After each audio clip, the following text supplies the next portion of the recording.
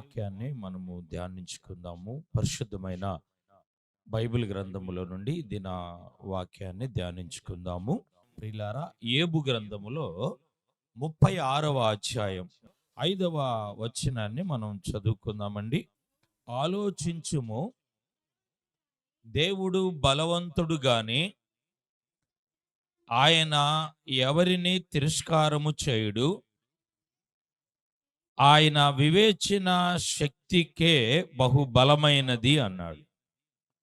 ప్రియులారా, బైబిల్లో ఈరోజు ఇక్కడ యోబు గ్రంథం 36వ అధ్యాయము 5వ వచనములో మనం చదువుకుంటున్నాం. ఆలోచించుము, దేవుడు బలవంతుడు గాని ఆయన ఎవరిని తిరస్కారము చేయుడు అన్నాడు. దేవుడు బలవంతుడు, ఆయన ఎవరిని కూడా తిరస్కరించుడు, అంటే తిరస్కారము చేయుడు. ఎవరిని ఆయన తిరస్కరించుడని వాక్యములో మనం చదువుకుంటూ ఉన్నాం.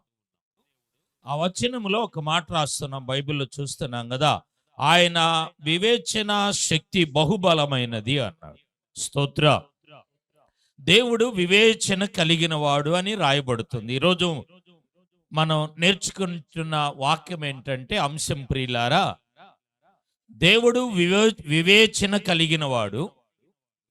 మనం కూడా భక్తిలో వివేచన కలిగి ఉండాలి.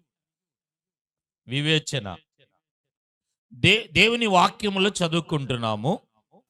ఆయన ప్రతిదీ కూడా వివేచిస్తాడు. ఏది చేయాలన్నా, ఏది కొనసాగియాలన్నా, ఏది ఆలోచించాలన్నా దేవుని వాక్యములో మనం చదువుకుంటున్నాం కదా, ఆయన వివేచించటములో శక్తి కలిగిన వాడు అన్నాడు.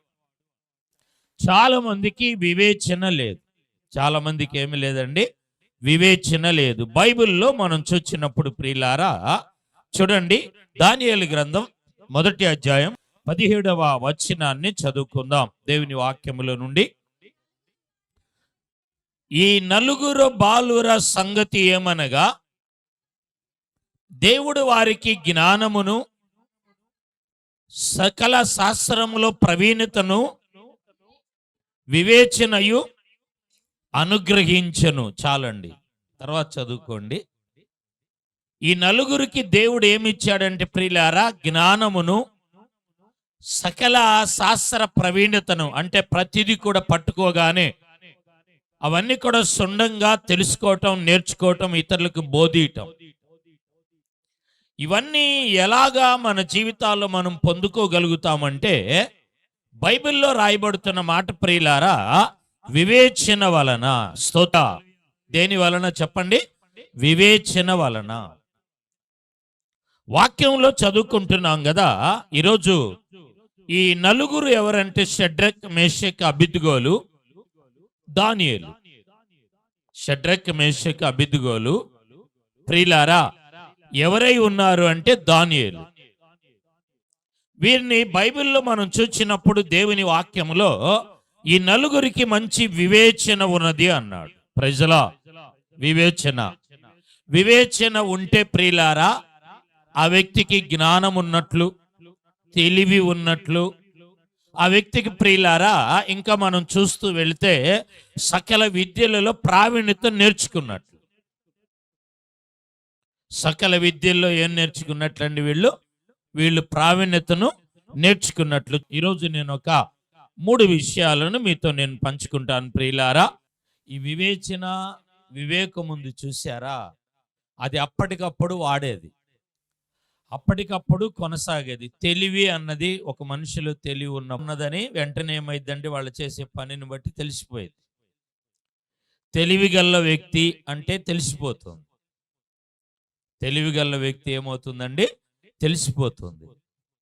వివేచన ఉంది చూసారా, వివేచన ఇది తెలియదు, అప్పటికప్పుడు మనం బయట పెట్టేది. చెప్పండి, అప్పటికప్పుడు ఏమై ఉన్నదండి? అప్పటికప్పుడు ఇది ఏంటంటే మనం బయట పెట్టేది.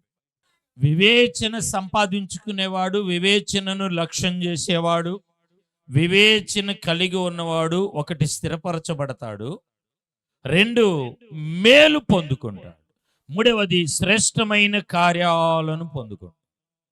ఆయన వివేచన శక్తి కలిగిన వాడు. మనము వివేచన కలిగి ఉందా? ముందు రోజుల్లో స్థిరపరచబడతాం, మేలు పొందుకుంటాం, శ్రేష్టమైన కార్యాలను మనము అనుభవిస్తాం. ప్రార్థన చేసుకుందాం. అందరూ లేచి నిలబడదాం. ప్రేమ కలిగిన తండ్రి, ప్రియులను దీవి సంఘాన్ని బలపరచు, సరిహద్దులను విశాలపరచండి. కూడిన సంఘాన్ని, ప్రియులను మీరు దీవించి ఆశీర్వది. ఈరోజు వివేచన కలిగి ఉండమన్నా, మీ వివేచనతో మేము సాగే భాగ్యాన్ని అనుగ్రహించి ఆశీర్వదీయమని యేసు నామమున ప్రార్థిస్తున్నాము తండ్రి. ఆమేన్.